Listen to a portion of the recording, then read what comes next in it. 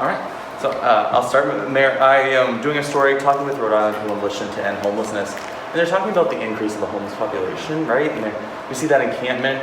We see other encampments, if you could call them that, like parking lots that are almost taken over, and they worry about it getting worse because of the moratorium for evictions ending. What are your thoughts on that in terms of the increase of homelessness in your city? Yeah, this is a huge issue, and it's only going to get worse. Look, it's a combination of people being left behind by the economy and also feeling as though they're working 2 or 3 jobs and not getting ahead. At the same time, you're seeing rents and house prices skyrocket. But at the same time, you're also seeing, the truth is that many people who are living on the streets, they have mental health issues often, and also substance misuse issues. And the resources to treat those, they're just not keeping up with the demand. And so it's a perfect storm.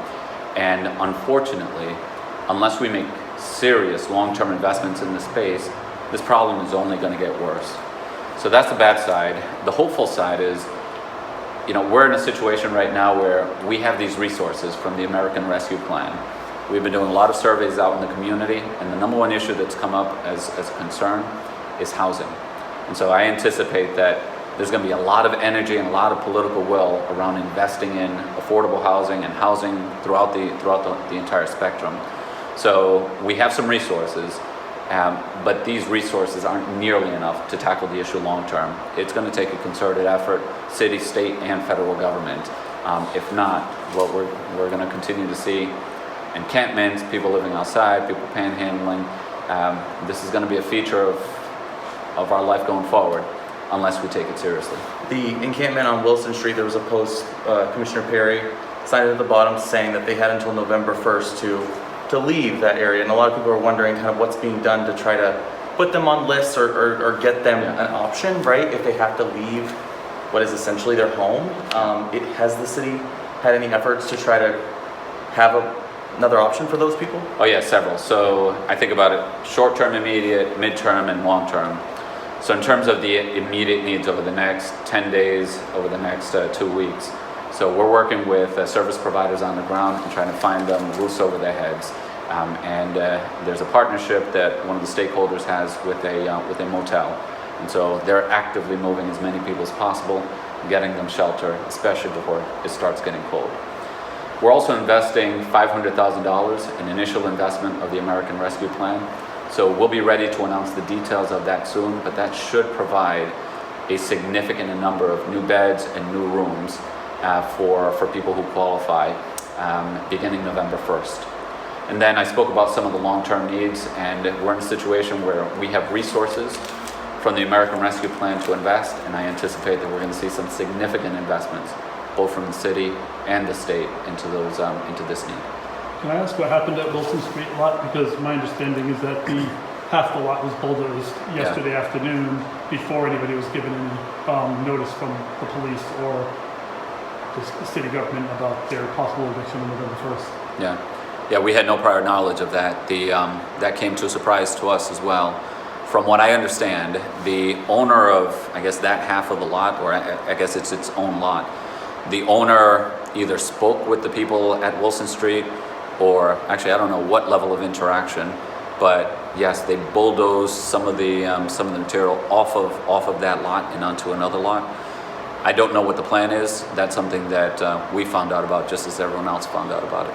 What is the ownership stake of the lot that they're currently on? Because say it again? What is the ownership of the lot they're currently on? Because last I knew that lot was being taken by eminent domain by the city. What is their status right now? So I think I know which lots you're referring to. So the one with the one that was bulldozed, that's an ownership of that lot is entirely in the hands of a private owner. The other lot, that's already owned by the PRA, and so there was no plan to take that property by eminent domain. Okay. That has been and is still owned by the PRA. Okay, all right. So why now are they being evicted? So there are really 3 reasons. This had to end at some point. People sleeping on the streets, in an encampment. That's not a solution, not a short, mid, or long-term solution. And especially as it starts to get cold, we had to do it at some point. Over the past 3 months, I've been working with my team and working with a number of providers to find some more permanent solutions to it, both addressing the immediate needs of individuals, but also expanding the number of rooms that are available for folks at Wilson Street and other folks who are on the cusp of homelessness or living on the street somewhere else. So by November 1st, we should have that significant number of new spaces become available. So it's coinciding with that. The last piece of it is that from a public safety standpoint and a quality of life standpoint for the surrounding neighborhood, it had become an unsustainable situation, and something needed to be done. So you just add them all together, and it had to end at some point. And so November 1st is the date. Something occurs to me, and I hope I'm not going too far here. When the person who owns the lot pushed all that stuff, he actually pushed all the trash that was on his lot onto the lot that is owned by the PRA. This pushes all that garbage directly on, right next to all the tents that are there. Back then, I took pictures. That can't be the healthiest thing to have the trash that was once at the other side of the lot all pushed into a gigantic pile right abutting now all the people in the tents. Is there anything being done to mitigate that, take care of that? Yeah, we got to figure this out. Like I said, this was unbeknownst to us that happened, so we need to figure this out. Maybe the police should have delivered them a notice that said you just pushed a bunch of trash onto our lot and you have to get rid of it. Yeah. Are there permitting issues that might be at play for what they did yesterday? So like to do that type of activity, do they need any permits, and did they get them? Do you know? Not that I know of. I don't know. Yeah. I don't know. Is it tough to keep track of, aside from Wilson Street, City Hall is right next to Kennedy Plaza, and of course, like the steps that aren't used anymore. I drove by just a few minutes ago and someone's sleeping on them. You're right in the middle of the city where you would see the numbers, right? Yeah. But it's like when they move from there, ideally you would like to have those housing options, but how do you make sure that they want those housing options and they don't say, well, we're just going to make a new encampment somewhere else? So that's been part of the challenge in this. In direct outreach that some of the service providers have done, there are housing options, say temporary housing options that have been offered, but sometimes for one reason or another they refuse, and that makes the issue that much more challenging. And again, remember that unfortunately some of these folks have some significant mental health issues.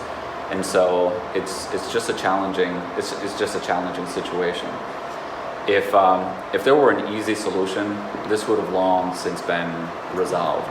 But this is something that we're facing here in the city, as other cities in the state are facing, and the cities throughout the country are facing. It's a major challenge, and it truly requires short-term, mid-term, long-term solutions, and the larger political will to make sure we're making the investments, not just in housing, but also in mental health services and substance abuse services. Will the developer at Wilson Street be purchasing the other lot from the city at some point?